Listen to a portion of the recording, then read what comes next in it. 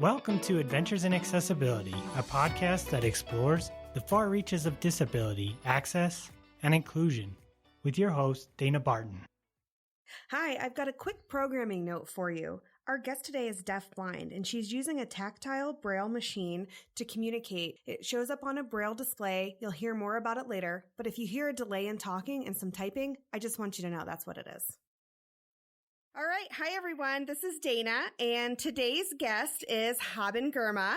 And for our listeners who aren't familiar, Haben is the first deafblind person to graduate from Harvard Law School. And today she advocates for equal opportunities for people with disabilities. President Obama named her a White House Champion of Change. She received the Helen Keller Achievement Award and a spot on the Forbes 30 Under 30 list. President Bill Clinton, Prime Minister Justin Trudeau, and Chancellor Angela Merkel have all honored Haben. She believes that disability is an opportunity for innovation. She travels the world teaching the benefits of choosing inclusion, and she has just published her first book, Haben, the Deafblind Woman Who Conquered Harvard Law. So welcome, Haben. We're so pleased you could join us. Thanks for having me on your podcast. Yeah, so first, I'm hoping that you can share a little bit about your disability and really how it affects you in everyday life. My disability is deaf blindness. I have limited vision and hearing. I can access things if they're designed to be accessible. And the biggest barriers I encounter are digital barriers, websites and apps that aren't designed with accessibility. And we want to get designers to design everything with accessibility. Awesome. Okay, so growing up as a person who is deafblind, how were you or when were you made aware of the Americans with Disabilities Act and what your rights were through the law?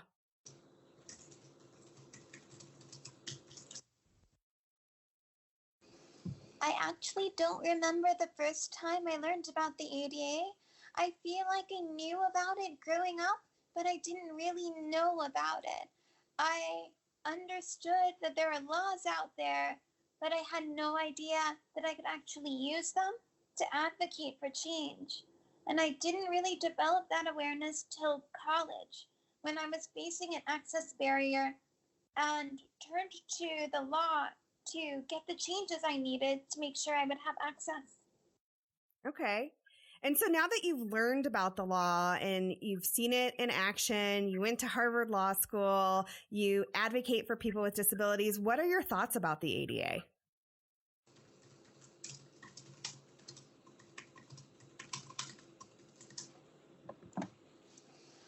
I feel like the ADA is an incredible law, one of the most comprehensive civil rights protections, and we just don't have enough people listening to it. In order to have a law's promise come to life, it needs to be enforced. People need to comply with the law. So it's a combination of education and enforcement. Yeah, that's so well put. We get calls every day of people just trying to figure out how to interpret the law. And so that educational component is so important.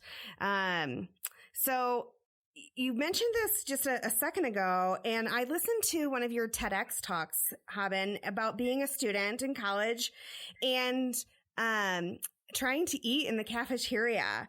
Can you talk to me about this experience?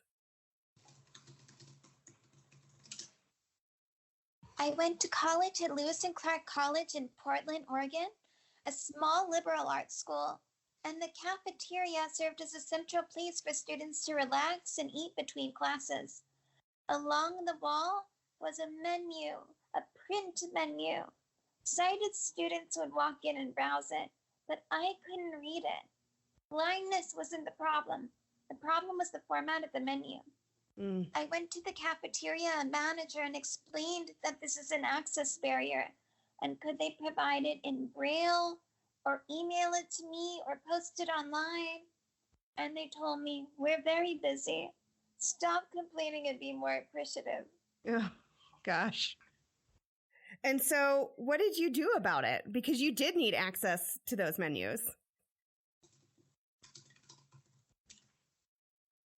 For the first few months, I just tolerated the situation. I told myself, at least I have food. Lots of people around the world struggle for food. Who am I to complain?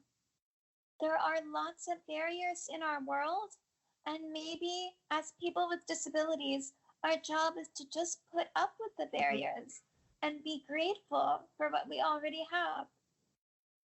And I talked to my friends, and they reminded me it's our choice to accept unfairness or to advocate for change.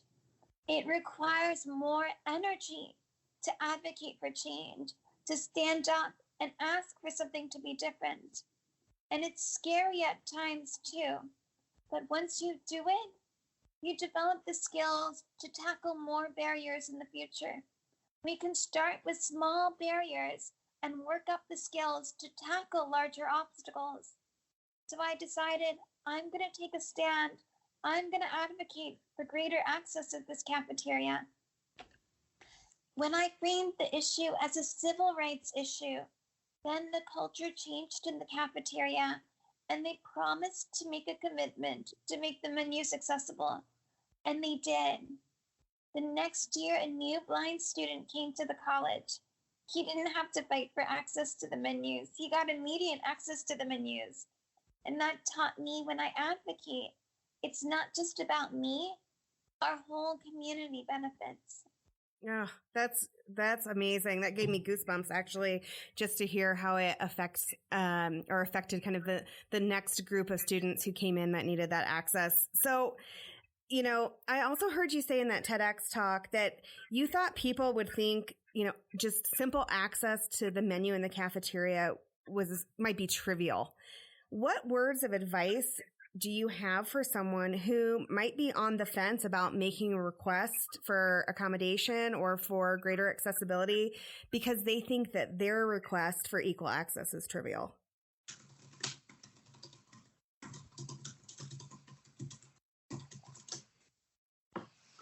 Our world is full of small barriers, and if we don't do anything about it, those small barriers will continue to exist.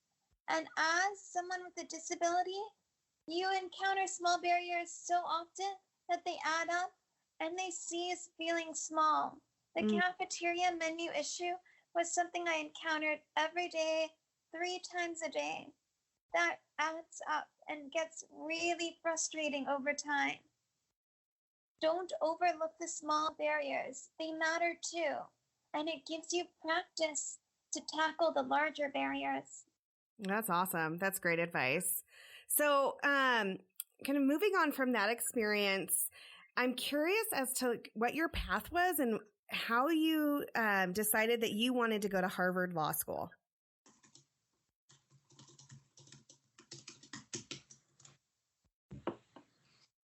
There's a lot of discrimination for employees and job applicants with disabilities. I knew I would have a tough time finding a job with just a college degree.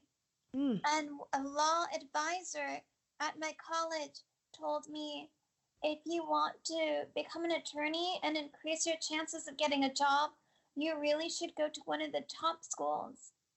So I applied to all the top schools. When I got admission from Harvard, I knew there would be a lot of opportunities there, and it would increase my chances of getting a job after law school.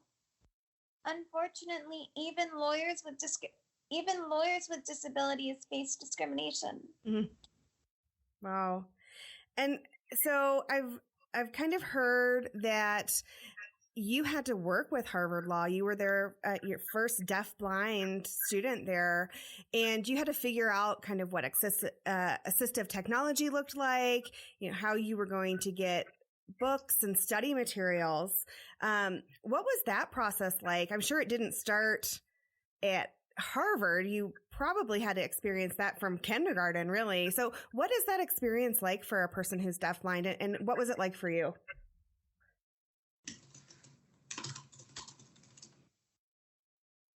Exactly. You build up advocacy skills and how to make sure you get your accommodations when you're younger. And over time, you get better and better at telling people what accommodations you need. and making sure you get them. So by the time I reached law school, I was highly experienced in advocating for the accommodations I needed. Great. Can you tell us about what some of those accommodations, what they were? Braille, getting materials in Braille, Okay. interpreters to facilitate communication in classroom and outside the classroom too. I wanted access to all parts of those schools' programs. Okay. How did they teach the ADA, if they did at all, at law school? Was there a specific ADA course?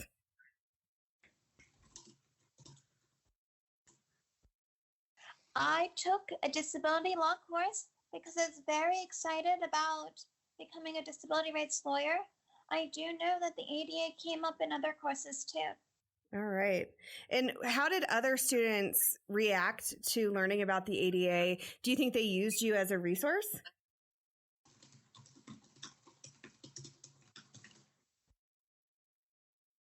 You're asking if other students at law school use me as a resource about the ADA? Yes. Some students would ask me accommodation disability related question, but in terms of the law, I think we were pretty much on equal footing. Okay. Makes sense. Makes sense. So, Haben, have you had other examples in your life where gaining accessibility was a bit of an adventure? Any other situations like the college cafeteria experience?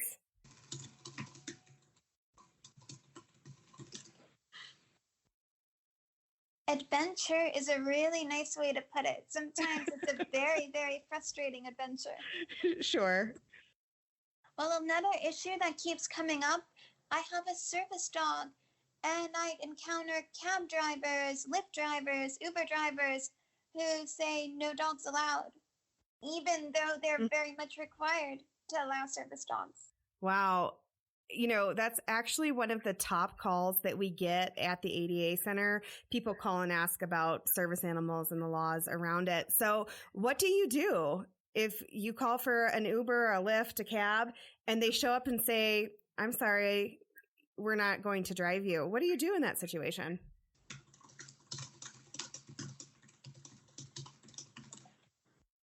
I advocate. I tell them it's the law. You're required to you're required to serve passengers with disabilities, including those who have service dogs. I explain that the dog is highly trained, is well behaved, non-aggressive. I do my best to reassure them and educate them. And honestly, most of the time that works. Oh, really? That's great to hear. What about the times when it doesn't work? When it doesn't work, I file a complaint. All right. And so you're a disability rights attorney. Do you take on those cases yourself, or do you work with other people in your organization or your office? How do you do that?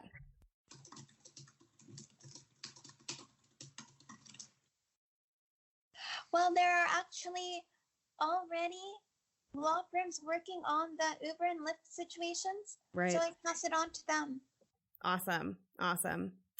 So another thing I did in kind of researching our time today is I read your guide for producing positive disability stories. And really that's what we're trying to do with this podcast is we want to show a positive side and really encourage people to understand accessibility and why it matters for people with disabilities.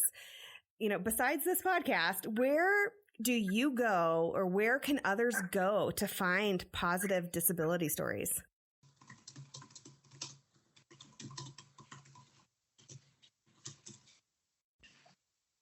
My book is full of positive disability stories. There are a lot of funny encounters of access barriers, and I come up with solutions to help myself and others gain access to the situations. The book is called Haben, the Deafblind Woman Who Conquered Harvard Law. That is great. Are there any other resources that you have? Are there any social media sites or publications? Do you find it within different communities where you live? Where do you find those stories?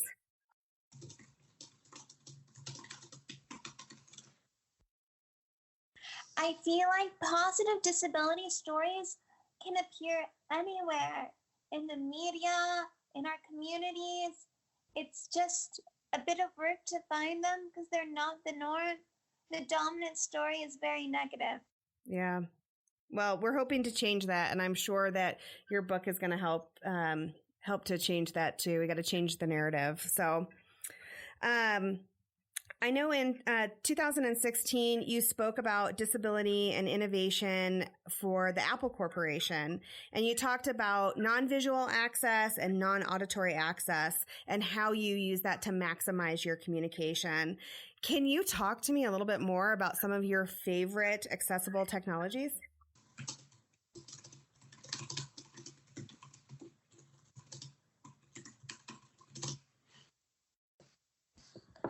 I'm a huge fan of the iPhone.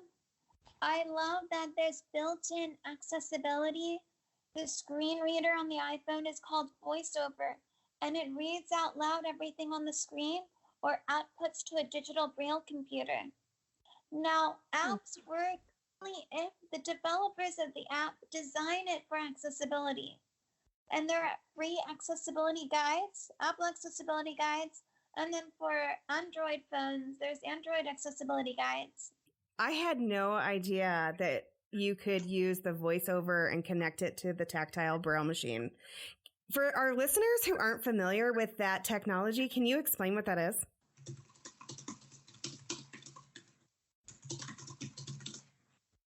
The braille display is a small computer where it has a tactile screen instead of a visual screen.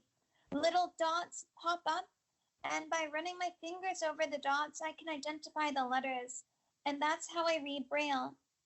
That's so cool. So, out of curiosity, when did you learn to read braille? How old were you? Do you remember? I learned to read braille when I was 6.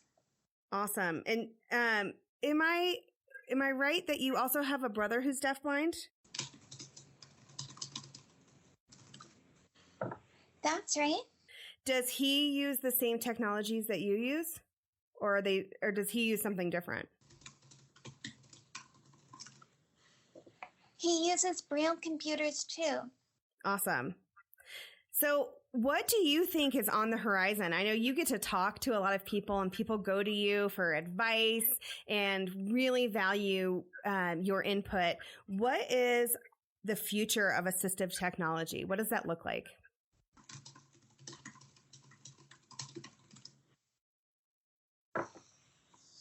I'm really excited for more apps and websites to be accessible.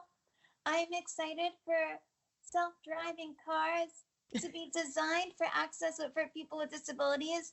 That includes wheelchair users. Wheelchair users should be able to independently get in and out of these cars. Blind people should be able to use them independently. Deaf-blind people, all kinds of disabilities, they should be fully accessible.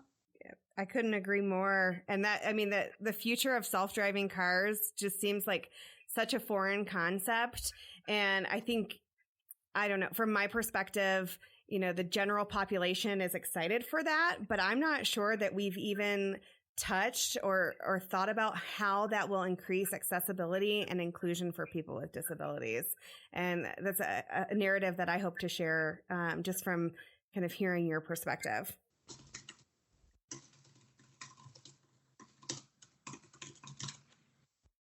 There are people advocating and working on it, but there's still more that needs to be done.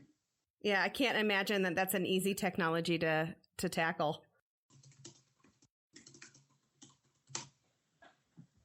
Well, it's not too hard. It's more about thinking in advance and planning for disability in advance. What I'm concerned about is they'll build the car and then think about accessibility later. That's not helpful. Disability access needs to be designed from the start. Yeah, no, you're totally right. So kind of going along that same line, you've talked about, liking the iPhone and the voiceover. What are some of your favorite apps that you use to be or to find yourself in a more inclusive environment?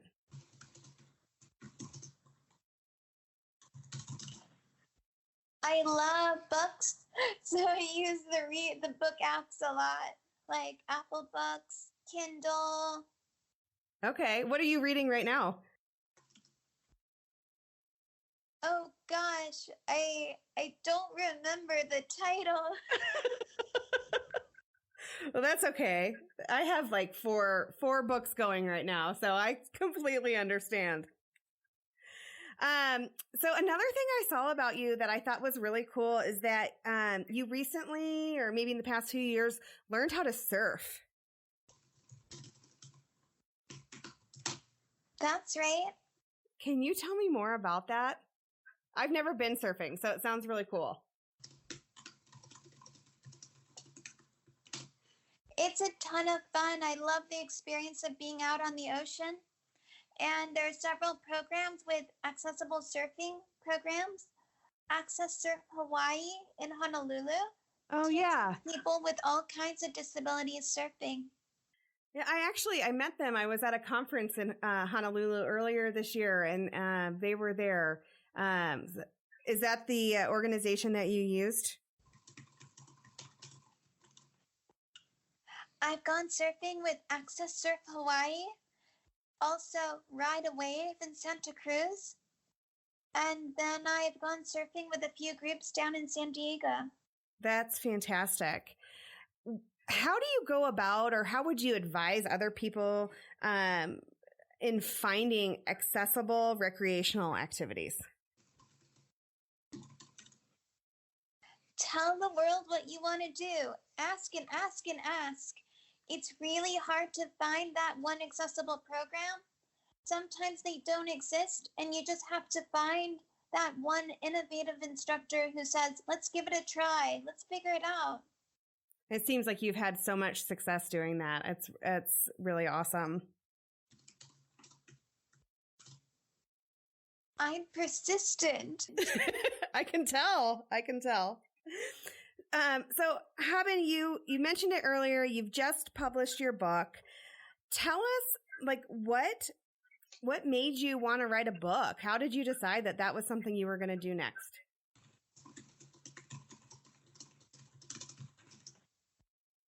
Writing is a form of advocacy. I want to use all the tools at my disposal to advocate for greater inclusion. I enjoy writing. I love forming stories. So I tapped into my own personal life. It's a memoir. And I capture stories from my life that highlight specific barriers and solutions I've come up with. There are also lots of fun, amusing stories. Awesome. What was the process like for you? What assistive technologies did you have to use to go back and forth between the publisher and getting that completed?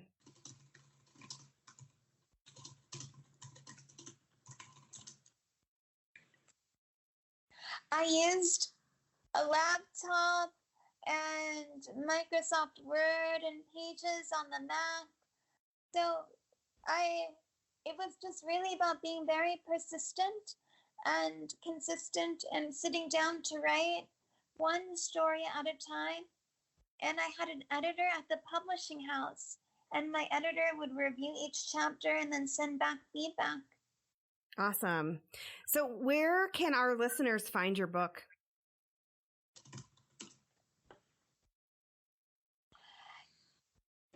You can check Indiebound, the website, and enter in your zip code to find a local bookstore.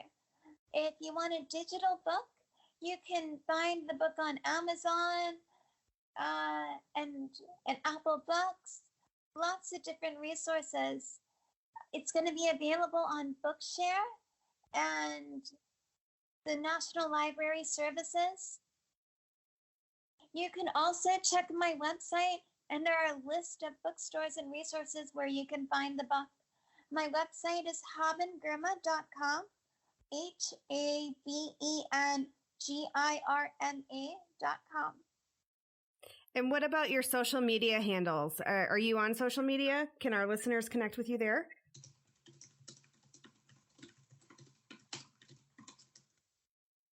You can find me on social media at Haben Girma. Great. So is there anything else that you want to share with us? Anything else you'd like our listeners to know about why accessibility is important?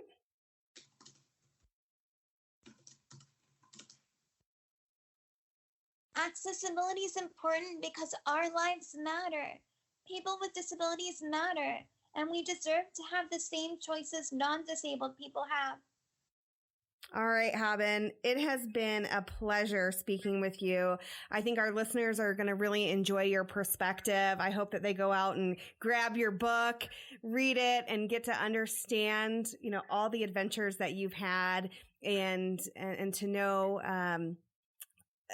what the perspective is of a person who is deafblind and why inclusion matters. I'm really appreciate your time.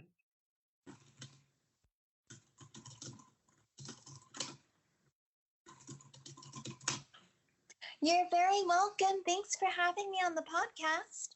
All right, that's it for today. Thanks for listening. And remember, if you don't want to miss an episode, be sure to subscribe, rate, and review us. You can find us on iTunes, Stitcher, Spotify, Google Podcast, or anywhere else you listen to your podcasts. Thank you for listening to this week's episode of Adventures in Accessibility. Tune in next time for another dive into the unknown.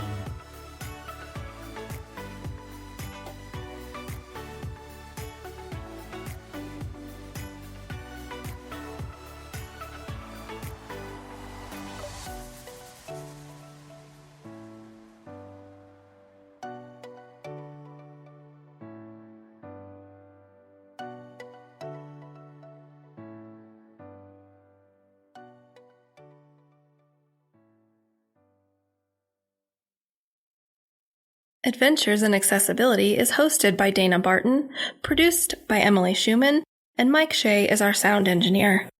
This podcast is a project of the Rocky Mountain ADA Center and is funded under a grant from the National Institute on Disability, Independent Living, and Rehabilitation Research.